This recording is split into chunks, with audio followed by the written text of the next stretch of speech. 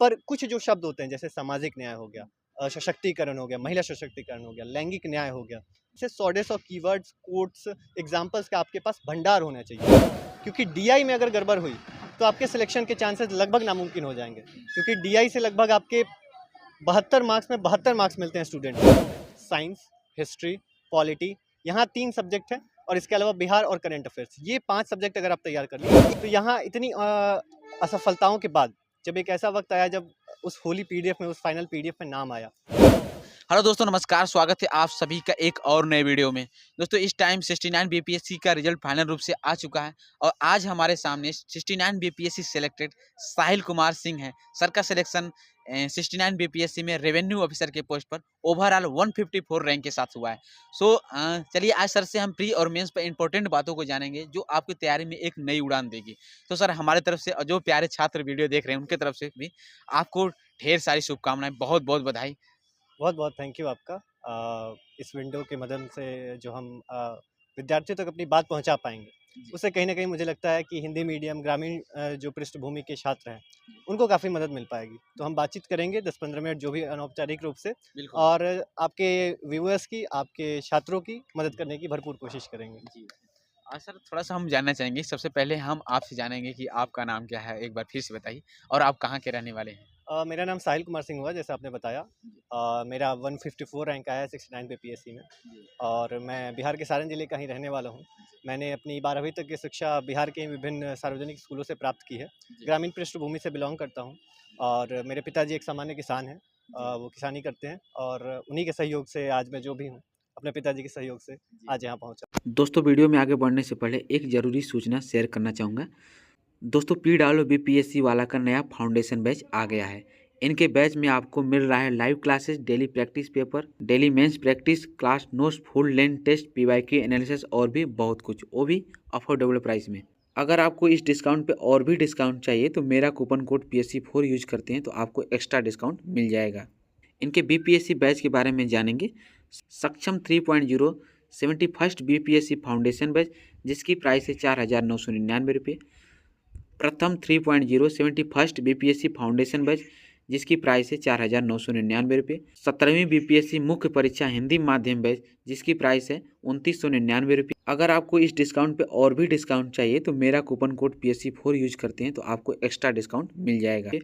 वार्षिकी yearly current affairs program batch bilingual, जो कि हिंदी और इंग्लिश दोनों माध्यम में, जिसकी प्राइस है 1,199 रुपये। सफलता 2.0 17वीं बीपीएससी मेंस बैच, जिसकी प्राइस है 999 रुपये। यदि हम यूपीपीएससी बैच की बात करें तो सर्व सक्षम 2.0 यूपीपीएससी 2025 इंग्लिश फाउंडेशन बैच, जो कि हिंदी और इंग्लिश दोनों माध्यम में है, जिसकी प्राइस है 4,999 रुपये। सर्वप्रथम यूपीपीएससी 2025 हिंदी माध्यम फाउंडेशन बैच, जिसकी प्राइस है 4,999 रुपये। आक्रोश यूपीपीएससी 2025 प्रीलिम बैच, हिंदी, जो कि हिंदी और इंग्लिश दोनों माध्यम में, जिसकी प्राइस है 1,999 रुपये। अगर आपको इस डिस्काउंट पे और भी डिस्काउंट चाहिए तो मेरा कूपन कोड PSC4 यूज करते हैं तो आपको एक्स्ट्रा डिस्काउंट मिल जाएगा। ऊर्जा यूपीपीएससी 2025 प्रीलिम बैच हिंदी माध्यम, जिसकी प्राइस है 1,999 रुपये। दोस्तों, यदि आप इन बैचेस को ज्वाइन करना चाहते हैं तो वीडियो के डिस्क्रिप्शन बॉक्स में लिंक दिया गया है, वहाँ से आप जाकर ज्वाइन कर सकते हैं। सर, पिताजी आपके किसान हैं और इतनी बड़ी सफलता हासिल की है आपने। सबसे पहले हम जानना चाहेंगे, जब रिजल्ट आया तो उस टाइम की फीलिंग क्या रही? घर के पिताजी, माँ और पापा का क्या रिएक्शन रहा है, और भी जो रिलेटिव्स हैं? बिल्कुल, मैं बताना चाहूँगा 2022 में मेरा ग्रेजुएशन हुआ, और उसके बाद से पिछले 2 वर्षों से मैं संघर्ष कर रहा हूँ। यूपीएससी सीएपीएफ का मैंने इंटरव्यू दिया, वहाँ मेरा फाइनल सिलेक्शन नहीं हो पाया। तो उसके बाद से समय काफ़ी मुश्किल गया, प्रीलिम्स भी नहीं हुआ यूपीएससी एक बार, दूसरी बार में प्री हुआ, इस बार मेंस दिया है। तो यहाँ इतनी असफलताओं के बाद जब एक ऐसा वक्त आया जब उस होली पीडीएफ में, उस फाइनल पीडीएफ में नाम आया, तो पहले तो यहाँ होता है बीपीएससी में कि आप नाम सर्च नहीं कर पाते, तो मैनुअली आपको देखना पड़ता है एक-एक नाम। तो मैंने नीचे से देखना शुरू किया, जैसा सभी लोग करते हैं, नीचे से देखना शुरू किया, क्योंकि मेरा इंटरव्यू बहुत एवरेज चला गया था। मैं वहाँ, हमारी बात होगी इंटरव्यू पे, बताऊँगा वहाँ। तो मुझे उम्मीद थी कि मेंस अच्छा गया है तो शायद 340-350 की रेंज में रहे। थोड़ा-सा जी, थोड़ा-सा जो भी बातें हैं थोड़ा उधर देखिए, कैमरे की तरफ, फ़ोन की तरफ देखिए ना, ठीक है, फिर वो क्वालिटी। एडिट हो जाएगी ना? हाँ, ये बातें एडिट हो जाएँगी, हम हाँ, काट ठीक, देंगे। ठीक, थोड़ा उधर इस फ़ोन की तरफ ठीक है, देखकर बातें। ठीक है, नहीं वहाँ भी ऐसे ही बात हुई थी, कोई नहीं, हाँ, ठीक है। तो वहाँ थोड़ा-सा इस सर ये बता रहे थे कि मतलब इंटरव्यू सही नहीं हुआ, तो वहीं से चालू करिए। हाँ, हाँ।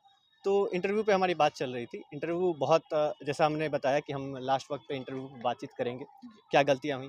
पर चूँकि उम्मीद नहीं थी और उसके बाद सर्च करते-करते 154th रैंक पे मेरा आरओ का पोस्ट दिखा, तो पहले 10 मिनट बिलीव नहीं हुआ। तो मैंने कई बार पीडीएफ चेक किया, अपना रोल नंबर चेक किया। फिर एक बार मेरी दीदी साथ में रहती है पटना में ही, तो मैंने उनसे बोला कि एक बार आप भी देखें कि ये 107 380 ही है, साहिल कुमार ही है। तो वो था। तो उसके बाद धीरे-धीरे हम लोग दीदी से गले मिले, माता-पिता जी को बताया, सब कुछ धीरे-धीरे।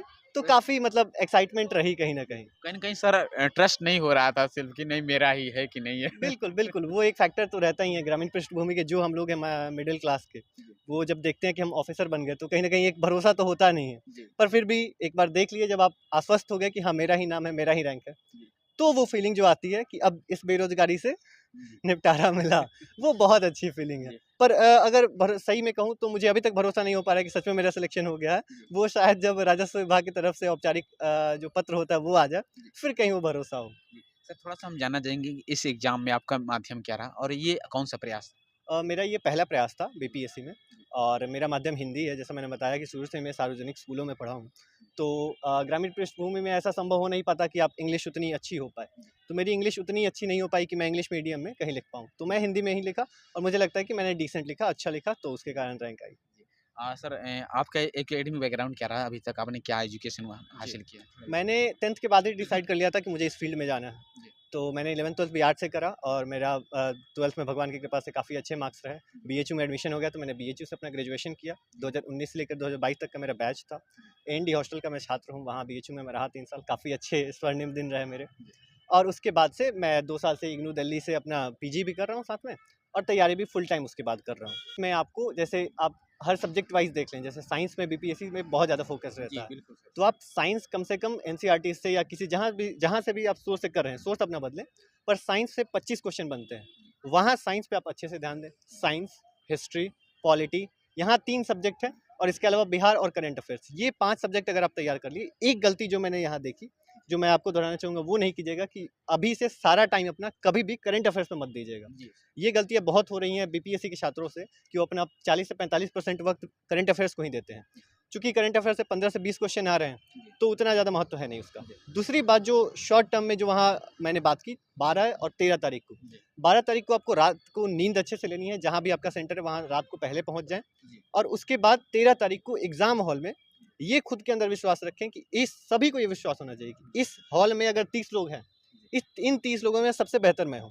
अगर आप नहीं भी हैं, खुद को ये विश्वास दिलाइए कि ये घमंड नहीं है, ये आपके लिए ज़रूरी है कि आप उस एग्ज़ाम में जहाँ आप फेस कर रहे हैं 4 लाख लोगों को, 5 लाख लोगों को, वहाँ आपके अंदर ये होना चाहिए कि इन 30 लोगों में सबसे बेहतर मैं हूँ और मेरा प्री हो रहा है। प्री हो गया, उसके बाद हम मेंस पे बात करते हैं। सर थोड़ा-सा ये बताइए जैसे आपने बहुत अच्छी बात की कि साइंस के फैक्टर निर्धारित करते हैं। बिल्कुल। जैसे कुछ क्वेश्चन मॉडर्न हिस्ट्री के अगर देखा जाए तो बीपीएससी में बहुत ज़्यादा रोल रहता है। थोड़ा-सा उधर तो सर इसमें मॉडर्न हिस्ट्री और साइंस और टेक के लिए क्या रिसोर्सेज पढ़ा था आपने? थोड़ा ये बताइए और भी जो चीज़ें जनरल चीज़ें हैं। जैसे हिंदी माध्यम में से दिक्कत है कि जो साइंस का बुक है एनसीईआरटी, वो मुझे थोड़ी-सी टफ लगी थी। तो मैंने एक बार उसको सरसरी निगाह से देखा और उसके बाद मैंने अपना ध्यान दृष्टि की क्विक बुक आती है, मैंने अपना साइंस वहीं से किया और मुझे लगता है कि साइंस में अगर 25 क्वेश्चन आते हैं तो मैं 17-18 क्वेश्चन वहाँ से डील कर लेता हूँ। तो जो पोर्शन आप हिंदी में नहीं समझ पाते हैं, ये खासकर हिंदी माध्यम के स्टूडेंट्स के लिए है। जो अच्छे से नहीं समझ पा रहे हैं, वो अपना कहीं से भी एक सोर्स और अब सोर्स नहीं बदलिए। अभी तक ये 71वीं के लिए है कि जो अपना सोर्स करना चाहते हैं वो एनसीईआरटी करें या दृष्टि क्विक बुक करें या कोई भी जो उनको अच्छी बुक लगे। 70वीं जो भी देने वाले हैं, वो लोग जो रिसोर्स से पढ़े हैं साइंस, उस पे भरोसा रखें, खुद पे भरोसा रखें और उसी सोर्स के साथ जाएँ। जी भैया। सर थोड़ा-सा इसमें एक बिहार स्पेशल के भी कुछ क्वेश्चन आते हैं, तो इसको कैसे तैयार किया जाए? और एक सेक्शन वेरी इंपॉर्टेंट होता है करंट अफेयर्स तो उसके लिए किस तरीके से पढ़ा जाए और क्या रिसोर्सेज पढ़ा था इसके लिए? मेरे साथ दिक्कत है कि मैं यूपीएससी का छात्र हूँ मूलतः, तो मैं बिहार को ज़्यादा पढ़ नहीं पाया था और करंट अफेयर्स हम लोग अलग तरीके से पढ़ते हैं। पीटी 365 हो गया या जो मैगज़ीन्स हो गई विज़न की। तो 69 में जो मैंने किया था कि बीपीएससी की एक पतली सी बुक आती थी एडिटोरिया की, काफ़ी अच्छी बुक है। मुझे लगता है कि 60 से 70 पन्नों में है, छोटे-छोटे पन्नों में है। आप उसको 3 से 4 दिन में पढ़ सकते हैं। उसको आप ईमानदारी से जितनी बार हो सके, मैं कह रहा हूँ 20, 25, 30 बार, जितना हो सके आप उस किताब को पढ़ जाएँ। आपके अगर 20 क्वेश्चन आ रहे हैं बिहार से तो अगेन आई वुड से कि आप 15, 16, 14, 15 तक पहुँच जाएँगे और 20 में 20 आपको करने की ज़रूरत है नहीं। आपको ऐसी अपेक्षाएँ भी नहीं रखनी चाहिए कि आप 20 में 20 कर पाएँगे। तो ये बात हो गई बिहार के बारे में। करंट अफेयर्स के बारे में जब बात रही तो 69th में मैंने कुछ अलग से करंट अफेयर्स नहीं पढ़ा था, हालांकि मैंने एडिटोरिया का जो करंट का आता है मैगजीन वो देखी थी, पर उसका कुछ फ़ायदा हुआ नहीं 69 में। अगर मैं कह रहा हूँ कि 25-26 करंट अफेयर्स के क्वेश्चंस थे, तो उनमें से ज़्यादातर क्वेश्चंस जो थे वो न्यूज़पेपर और डेली अफेयर्स में जो चीज़ें हो रही हैं, जैसे रशिया का वैगनर ग्रुप बहुत न्यूज़ में था, तो उनके प्रिगोजिन से, हालांकि वो क्वेश्चन बाद में डिलीट कर दिया गया, पर वैसे क्वेश्चन थे। तो ऐसे ज़्यादातर क्वेश्चन जो डेली न्यूज़पेपर जो बंदा पढ़ रहा है, जो लड़की पढ़ रही है, जो इंसान पढ़ रहा है, वो आराम से अटेम्प्ट कर सकता है। तो आप एक कोई मैगजीन उठा लें जिससे आपको कम से कम खुद पे ये भरोसा हो कि मैंने करंट अफेयर्स पढ़ लिया, बाकी न्यूज़पेपर और आसपास की आपकी जो चीज़ें चल रही हैं उसके बारे में जानकारी रखें। जी, सर थोड़ा-सा प्री के बाद मेंस का एग्ज़ाम होता है, तो मेंस पर भी हम जान लेते हैं कि कई बार जैसे इस बार काफ़ी नए-नए छात्र इस बार अपीयर होने हैं आपको, और सबसे अच्छी बात ये है कि 2000 प्लस पोस्ट है। हाँ। तो सर कई बार प्री क्वालीफाई हो जाते हैं, लेकिन जो नए छात्र हैं, जो पहली बार आंसर राइटिंग के लिए प्रिपेयर होंगे, तो सर पहला कदम कहाँ से स्टार्ट करूँ? तो how to step first step in answer writing? मैं कह रहा हूँ कि अभी जो 70वीं वाले हैं वो तो मेंस के बारे में सोचे ही नहीं, जी। वो अभी प्री पे फोकस करें। जी। 13 के बाद आपको सोचना होगा जी। मेंस के लिए। मेंस में आपको ठीक-ठाक 3-4 महीने का टाइम मिलेगा। जी। उसमें आपको सबसे पहले करना है कि डीआई पे आपकी अच्छी पकड़ होनी चाहिए, क्योंकि डीआई में अगर गड़बड़ हुई तो आपके सिलेक्शन के चांसेस लगभग नामुमकिन हो जाएंगे, क्योंकि डीआई से लगभग आपके 72 मार्क्स में 72 मार्क्स मिलते हैं स्टूडेंट्स को। जी, जी। मेरे भी डीआई में 72 के 72 सही हैं, जी। तो उसका सिलेक्शन में बहुत ज़्यादा योगदान होता है। जी। आप डीआई अच्छे से ईमानदारी से करें, और जीएस 1 डीआई के साथ अपना करंट अफेयर्स के साथ जो आपके स्टैंडर्ड रिसोर्सेज हैं जो आप फॉलो कर रहे हैं उससे करते रहिए। जीएस 2 में थोड़ा सा एग्जॉस्टिव पेपर होता है वो, जैसे यूपीएससी में जब आप लिखेंगे तो आपको 50 पन्ने ही लिखने होते जी। हैं, पर यहाँ 64 पन्ने होते हैं। जी। वो 3 घंटे में 64 पन्ने लिखने में आपके हाथ सूज जाते हैं। जी। तो आपको पहले टेस्ट सीरीज वगैरह कोई भी एक सस्ती से सस्ती, अच्छी से अच्छी, जैसे मैंने मेरे पास मेरे आर्थिक संसाधनों के बारे में हमारी बात की, तो उतने आर्थिक संसाधन थे नहीं कि हम कहीं अच्छे जगह 8,000, 20,000, 25,000 देके टेस्ट सीरीज ज्वाइन कर सकें। तो टेलीग्राम पे मैंने एक ग्रुप है बीपीएससी नेटवर्क करके, तो वो भैया लोग करते थे, और वो लोग टेस्ट सीरीज दे दिए मुझे, और बहुत कम दाम पे, मतलब जो उनका स्टैंडर्ड मूल्य था उससे आधे से कम दाम पे मुझे दिया, मेरी स्थितियों को जान के। और मैंने फिर बनाना शुरू किया। हालांकि उसका ज़्यादा फायदा होगा नहीं आपको, पर एक फ़ायदा होगा कि आप कम से कम 3 घंटे में अगर आपको 60 पन्ने लिखने तो आपकी आदत बन जाएगी, और ये आदत आपको वहाँ कोई क्वेश्चन छोड़ने पे मजबूर नहीं करती है कि आप सारे क्वेश्चन लिख के आएंगे। सारे क्वेश्चन लिख लिए। जीएस 1-2 की बात हो गई। हिंदी मीडियम और अब सभी छात्रों के लिए कहें तो एस्से बहुत ज़रूरी हो गया। इस बार अभी मार्क्स नहीं आए हैं, पर जब मार्क्स आएंगे तो आप देखेंगे कि एस्से में बहुत ज़्यादा वेरिएशन है। किसी के बहुत अच्छे मार्क्स होंगे, किसी के, मेरे पर्सनल है कि मेरा एस्से में बहुत अच्छा स्कोर होगा। हालांकि जैसे मेरा जब राइटिंग, जो भी स्टूडेंट्स मेरा कॉपी देखेंगे, राइटिंग मेरी बहुत एवरेज है, क्योंकि मेरी प्राथमिक स्कूलिंग जो है, सेकेंडरी स्कूलिंग है, वो अच्छे से हो नहीं पाई। सरकारी स्कूल की हालत आप समझते हैं बिहार की। तो हर सरकार, दीर्घकार, राइटिंग, इन सब चीज़ों में मेरी बहुत गलती है की है। पर कुछ जो शब्द होते हैं, जैसे सामाजिक न्याय हो गया, सशक्तिकरण हो गया, महिला सशक्तिकरण हो गया, लैंगिक न्याय हो गया, जनसंख्या की लभ्यांश की जो बात हो रही है, अमृतकाल की बात हो रही है, ऐसे-ऐसे जो कीवर्ड्स हैं, ऐसे 100-150 कीवर्ड्स, कोट्स, एग्जांपल्स का आपके पास भंडार होना चाहिए। ये भंडार आपको एस्से में काफ़ी मदद करेंगे और आपके स्कोर को 170, 180 तक ले जाने में मदद करेंगे। और ये तीनों हो गया, फिर आप इंटरव्यू के बारे में सोचेंगे। जी। सर जैसे आपने बताया कि आंसर राइटिंग अरे essay writing very important role होता है, और 1/3 कहीं न कहीं रोल है, 300 मार्क्स का है। बिल्कुल। तो सर बहुत अच्छी आपने बात बताई, लेकिन एसे के लिए फिर जो प्रेजेंटेशन है, एक अच्छा एसे की प्रेजेंटेशन कैसे है, किन चीज़ों को मतलब आंसर में इंक्लूड किया जाए, थोड़ा उसके लिए बताइए। कई बार स्टूडेंट्स कमेंट्स करते हैं कि एसे के लिए कंटेंट कैसे कलेक्ट किया जाए?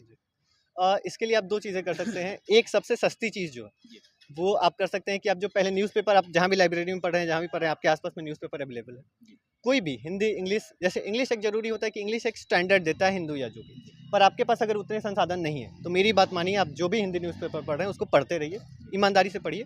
और इसके साथ एक और चीज़ जो आप कर सकते हैं, दृष्टि की एक पतली सी बुक आती है, निबंध दृष्टि। वो 200-250 रुपए की आएगी, वो आप उठा लीजिए। उसमें बताया गया है, जैसे मुझे लगता है कि उसमें 200 से ज़्यादा निबंध लिखे गए हैं यूपीएससी के स्टैंडर्ड से, और उसमें बताया गया है कि आपको कैसे विषयों की शुरुआत करनी है, कैसे कोट्स डालने हैं, कोट्स डाल के उसको अलग अलग तरीके से जोड़ना कैसे है। ये चीज़ धीरे धीरे डेवलप होगी। जैसे मैं जब 69 से पहले लिखना शुरू किया था, प्री के पहले, तो मैं 1-2 पन्ने में मेरा पूरा ऐसे खत्म हो जाता था, क्योंकि आगे कंटेंट ही नहीं बचता था। पर धीरे धीरे जब आप अर्थ और सब्जेक्ट्स के बारे में पढ़ते हैं, जैसे इस बार पूछा ग्रामीण अर्थव्यवस्था और उसका सशक्तिकरण, तो अब जब अलग अलग इकोनॉमी पढ़ते हैं, आप पॉलिटी पढ़ते हैं, आप ज्योग्राफी पढ़ते हैं, तो उन सब को रिलेट करके काफ़ी कंटेंट आ जाता है आपके पास। तो कुछ कोट्स का संग्रह जो आपको उस किताब में मिल जाएगा, कुछ तरीके जिससे आप अपने पन्ने बढ़ा सकें उस किताब में मिल जाएगा, और बाकी कुछ चीज़ें जो आपको डेवलप करनी पड़ेंगी वो आपको लिखना पड़ेगा। मेरी बात मानिए, प्री अगर जो 71वीं या 72वीं की सोच रहे हैं, अभी आप लिखना शुरू कीजिए, हफ्ते में 2 बार 3 बार जो भी आप कर रहे हैं, कोई भी ऐसे का टॉपिक उठाइए, शून्य है, शून्य पे लिखिए आप 200 शब्द 300 शब्द, यहाँ से शुरुआत कीजिए, जितना भी आप लिख पाते हैं। कोई भी आपका सीनियर उसे दिखवाइए, नहीं भी दिखाना तो वो खुद में पता चल जाता है कि हमने क्या लिखा है। धीरे धीरे उसको बढ़ाना शुरू कीजिए और इस तरह आप पहुँच जाएंगे। मुझे लगता है कि मैं ऐसे पहुँचा हूँ। जी, बिल्कुल सर, बहुत अच्छा लगा। थोड़ा-सा अब हम जानना चाहेंगे, कई बार स्टूडेंट्स के मतलब डाउट रहते हैं कि तो जो टॉपर होते हैं वो झूठ बोलते हैं कि कोचिंग किए रहते हैं और बाद में वो स्मार्ट बनने के लिए नहीं बताते हैं। तो क्या सर कोचिंग करना मतलब मस्ट है, ज़रूरी होता है कि विदाउट कोचिंग जैसे आपने बताया कि सेल्फ स्टडी से, तो कहाँ तक ये सत्य है सर? मुझे आज लगता है कि देखिए, अगर आपके स्टूडेंट्स के पास आर्थिक संसाधन हैं, जी, तो आपको जाना चाहिए कोचिंग की तरफ। जी, आप कोई भी स्टैंडर्ड कोचिंग जो है, अच्छी कोचिंग है, जी, आप उसको ज्वाइन करें और आगे बढ़ें अपनी तैयारी के साथ। जी, पर अगर आपके पास आर्थिक संसाधन उतने नहीं है कि आप ज्वाइन कर सकें, तो कोई दिक्कत नहीं है भाई, कोई दिक्कत नहीं है। आप यूट्यूब लीजिए, आप टेलीग्राम लीजिए। टेलीग्राम, मेरे सक्सेस में टेलीग्राम का बहुत बड़ा योगदान है। जी, टेलीग्राम से आपको सारे कंटेंट, सारे पीडीएफ, सारे नोट्स मिल जाएँगे।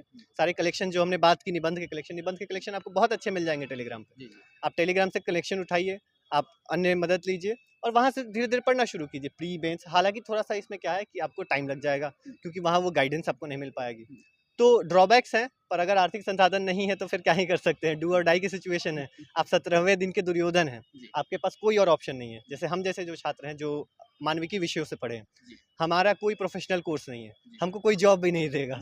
तो दिक्कत ये है कि अब चूँकि आपका बैकग्राउंड अच्छा है नहीं, आपको कोई और जॉब मिलने वाली नहीं है, जी, तो आप करेंगे क्या? जी, आप ईमानदारी से तैयारी करेंगे और वो तैयारी आपको ऐसे ही करनी होगी। एक लास्ट क्वेश्चन रहेगा कि सर कई बार क्या नाम है कि हम डिमोटिवेशन आता है तैयारी के दौरान, कई लोग को सिलेक्शन नहीं हो पाता है। थोड़ा-सा इधर आ जाइए सर, हम काट देंगे।